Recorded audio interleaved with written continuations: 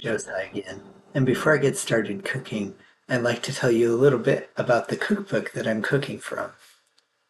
It's called Western Yearly Meeting, and that's one of the local Quaker groups here in Indiana. It's a collection of different meetings in central Indiana, and the cookbook was sold as a fundraiser for some different Native American missions, the Kickapoo Friends Center and the Muskogee Friends Center in Iowa. And so that's why I purchased it. And I hope you are enjoying me cooking through the different recipes in this book. Today we'll be cooking the cranberry cheese ball. And I was not able to find fresh cranberries in the middle of July, so we're going to use canned. And also I'll be reducing the amounts again today. So if you have any suggestions, I'd like to hear that.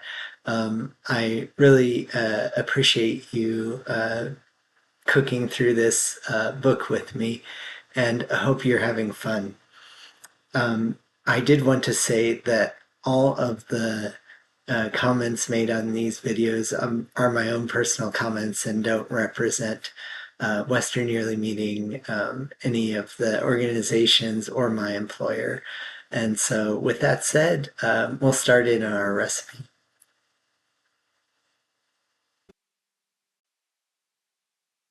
Hey, this recipe is called Cranberry Cheese Ball, and it's from Marilyn Tucker of Plainfield Friends. The first we'll need is an 8-ounce package of cream cheese softened. And so I'll also be having this recipe, so I'll only use half the block of cream cheese. It also calls for a half cup of fresh crushed cranberries. And I can't find those in the grocery store right now because it's the middle of July and they're out of season. So I'm going to use some canned cranberry sauce. Hopefully that'll, combine with cream cheese pretty well. I think it will. And finally, a half cup of pecans, which are optional. So I'm going to actually coat the cheese ball once it's set up in the refrigerator with some. I'm going to crush some of these chopped pecans so it's a nice outer layer to the cheese ball. Out a little bit so that it's easier to mix in with the cranberry. So I'll just put that in a bowl.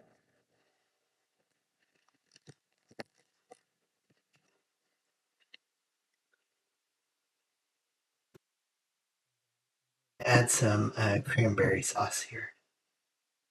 Do it with a fork because it will be easier to mash in with the cream cheese.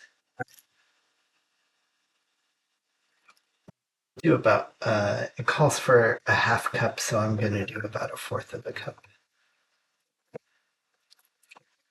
So we'll mix that all together.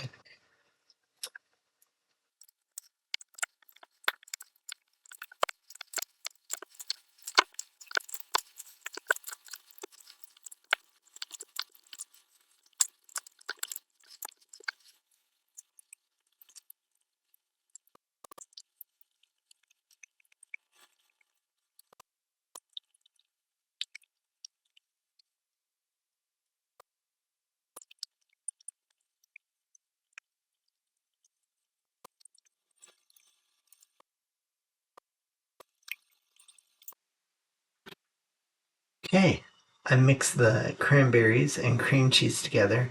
Don't worry if there are, bigger chunks of cranberry or cream cheese in the mixture. Once I put the nuts on the outside, it should cover all measure of differences in texture. And so when you want a cheese ball, you want some of that difference of texture too.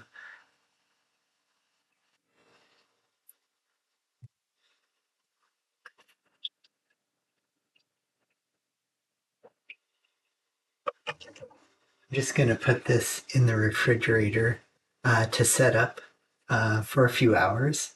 And then I will chop the pecans And then once this is set up, then we'll come back to the pecans.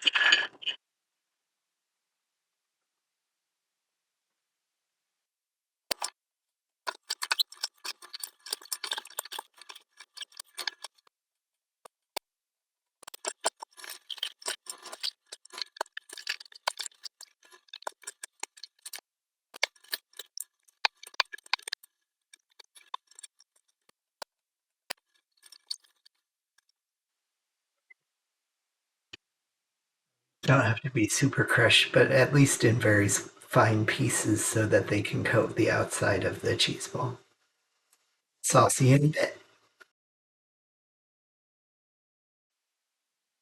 Hey, welcome back. The cheese ball ingredients have been sitting in the fridge for a couple hours. So we'll take that out. Looks great. Nice color. Uh, Still a little bit malleable. But then once you put that into the nuts, it covers all manner of things. So let's just put this down here so you can see that. There we go. Yeah.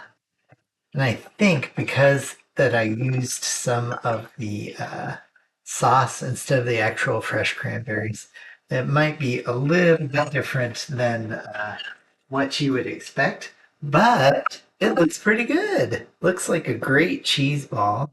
And so, what's wonderful about cheese balls is that you can put them back in the fridge and put more nuts on them and then serve them again.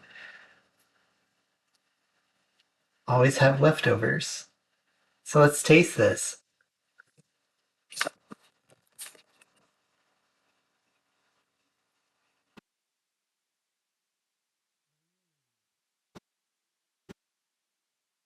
That's great. I would go well on a holiday spread. Whole grain crackers, good compliment. All right. Thanks for watching. I'll see you next time.